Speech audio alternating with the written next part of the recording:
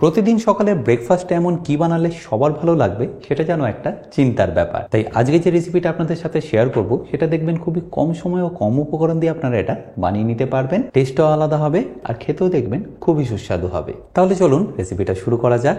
By the way, আমি chef Atanu, আপনারা দেখছেন অতনু রান্নাঘর। আর আজকে আমাদের রেসিপি সহজ ব্রেকফাস্টের। তাহলে ব্রেকফাস্ট রেসিপিটা বানানোর জন্য আমি এখানে নিয়ে নিয়েছি 6টা ডিম। আচ্ছা, এখানে বলে রাখি আমি এই রেসিপিটা করছি কিন্তু 4 জনের জন্য। আপনারা যদি 2 জনের জন্য করেন সেক্ষেত্রে আপনারা 3টে থেকে 4টে ডিমও নিয়ে নিতে পারেন। আচ্ছা, এবার এই ডিমটার মধ্যে একটা আলুকে আপনাদের এইভাবে গ্রেট করে দিয়ে দিতে হবে। চেষ্টা করবেন এরকম ছোট গ্রেটার দিয়ে এটাকে গ্রেট করে নেওয়ার, তাহলে আলুগুলো দেখবেন খুব মিহিভাবে গ্রেট হবে।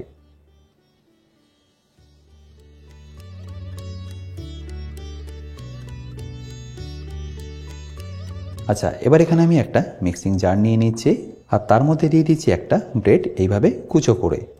বেসিক্যালি এটাকে আপনাদের একদম ভালোভাবে মিহি করে পাউডার করে নিতে হবে। দেখুন, ঠিক এরকম আপনাদের পাউডার করে নিতে হবে। ব্যাস, এবার এটাকে ডাইরেক্টলি আমি দিয়ে দিচ্ছি আলু আর ডিমের মধ্যে। আচ্ছা, এবার এর মধ্যে দেখুন আর কি আপনাদের অ্যাড করতে হবে। প্রথমেই দিয়ে দিচ্ছি একটা পেঁয়াজ কুচি, তার সাথে দিয়ে দেবো হাফ কুচনো গাজর, সাথে যাবে 2 ধরনের ক্যাপসিকাম। আমি এখানে সবুজ আর লাল ব্যবহার করলাম, আপনারা চাইলে কিন্তু যে কোনো এক ধরনের ক্যাপসিকাম এখানে ব্যবহার করতে পারেন। এরপর দিয়ে দেবো ঝালের জন্য কাঁচা লঙ্কা। আপনারা যেরকম ঝাল খেতে পছন্দ করেন সেই অনুযায়ী এখানে দিয়ে দেবেন। আর তারপর দিয়ে দেবো ধনেপাতা। ধনেপাতার পরে আমি এখানে দিয়ে দিচ্ছি স্বাদ মতো নুন, সাথে যাবে হাফ চা চামচ মতো হলুদ গুঁড়ো, আর হলুদের পরে দিয়ে দিতে হবে অল্প একটু ব্ল্যাক পেপার পাউডার বা গোলমরিচ গুঁড়ো। তারপর সবশেষে 1 কাপ দুধ দিয়ে এটাকে ভালো করে একবার মিশিয়ে নিন।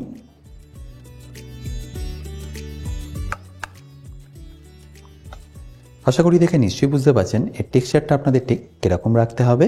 আবারও বলছি, আপনারা যদি কম পরিমাণে করতে চান সেক্ষেত্রে আপনারা ডিমের আর বাকি ইনগ্রিডিয়েন্টসগুলোর পরিমাণ একটু কমিয়ে নেবেন। আমি যেই মিক্সচারটা বানালাম এটা দিয়ে মোটামুটি আপনারা 4 জনের জন্য ইজিলি ব্রেকফাস্ট বানিয়ে নিতে পারবেন। আচ্ছা, এবার এটাকে কুক করার জন্য আমি এখানে একটা ফ্রাইং প্যান নিয়ে গ্যাসটাকে অন করে নিচ্ছি আর তারপর তাতে দিয়ে দিচ্ছি অল্প একটু সাদা তেল। খুব বেশি তেল লাগছে না, অল্প একটু তেল দিয়ে এটাকে ব্রাশ করে নিলেই হবে।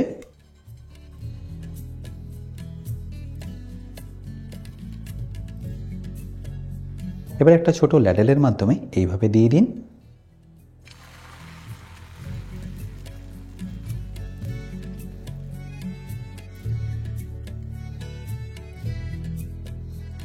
চেষ্টা করবেন এরকম একটা ছোট ফ্রাইং প্যানে নিয়ে নেওয়ার, তাহলে দেখবেন শেপটা আপনাদের প্রতিবারই প্রপার আসবে।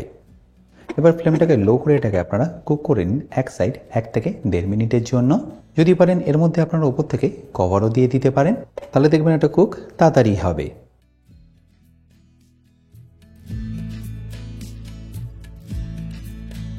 1 থেকে 1.5 মিনিট হয়ে গেছে, আমি এর ঢাকনাটাকে সরিয়ে নিচ্ছি। তারপর পাল্টে নিয়ে অপর দিকটাও ভালোভাবে কুক করে নিচ্ছি। দেখতেই পাচ্ছেন এটা এখন প্যান থেকে কিন্তু বেশ ভালোভাবেই ছেড়ে দিচ্ছে। আর যখনই দেখবেন এইভাবে প্যান থেকে ছেড়ে দিচ্ছে তখন এটাকে আপনারা পাল্টে নিন। দেখতেই পাচ্ছেন কি সুন্দর কালারটা এসছে, আর এটা খেতেও দেখবেন দারুণ সুন্দর হবে। এবার আরেকটা দিক পারফেক্টলি কুক হওয়ার জন্য ওয়েট করুন। এই পুরো কুকিং প্রসেসটা আপনারা ফ্লেমটা কিন্তু একদম লো রাখবেন, তাহলে দেখবেন ভেজিটেবলগুলো প্রপারলি কুক হবে আর এটাও পারফেক্টলি ভেতর থেকে রেডি হয়ে যাবে।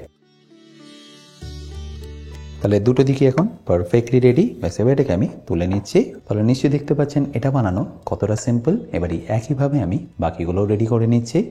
আচ্ছা, এখানে বলে রাখি আপনারা যারা অতনু রান্নাঘরে ইউটেন্সিলগুলো কিনে নিতে চাইছেন, লিঙ্ক আমি ডেসক্রিপশন বক্সে দিয়ে রেখেছি।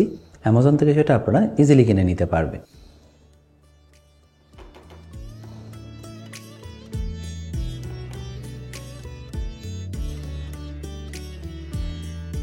আচ্ছা, এখানে বলে রাখি আপনারা যারা এখনও আমার অতনু রান্নাঘরের অ্যাডভান্স কুকিং কোর্সটা নেননি তারা নিয়ে নিতে পারেন আমার নিজস্ব ওয়েবসাইট www.otonurannakar.com থেকে। এই কোর্সটা মেনলি রেস্টুরেন্ট স্টাইল খাবারের ওপর। রেস্টুরেন্টে কি গ্রেভি বা কি সস বানিয়ে রাখে, যার জন্য আপনাদের 10 থেকে 15 মিনিটের মধ্যেই এই খাবারটা পরিবেশন করতে পারে। সেই সব কিছু আমি শিখেছি অ্যাডভান্স কুকিং কোর্সে। এই কোর্সের লিঙ্ক আমি যদিও ডিসক্রিপশন বক্সে দিয়ে রেখেছি, তাও বলে রাখি কিন্তু যদি আপনাদের কোনো রকম অসুবিধা হয় আমার সাথে এই হেল্পলাইনে যোগাযোগ করতে পারেন। আশা করি সম্পূর্ণ রেসিপিটা আপনাদের নিশ্চয়ই ভালো লেগেছে, আর যদি ভালো লেগে থাকে অতি অবশ্যই কিন্তু আমাকে কমেন্টে জানাতে ভুলবেন না। বাই দ্য ওয়ে, আমি শেফ অতনু, আপনারা দেখছিলেন অতনু রান্নাঘর। দেখা হচ্ছে আপনাদের সাথে আর একটা নতুন রেসিপি নিয়ে নেক্সট এপিসোডে। ভালো থাকবেন, সুস্থ থাকবেন।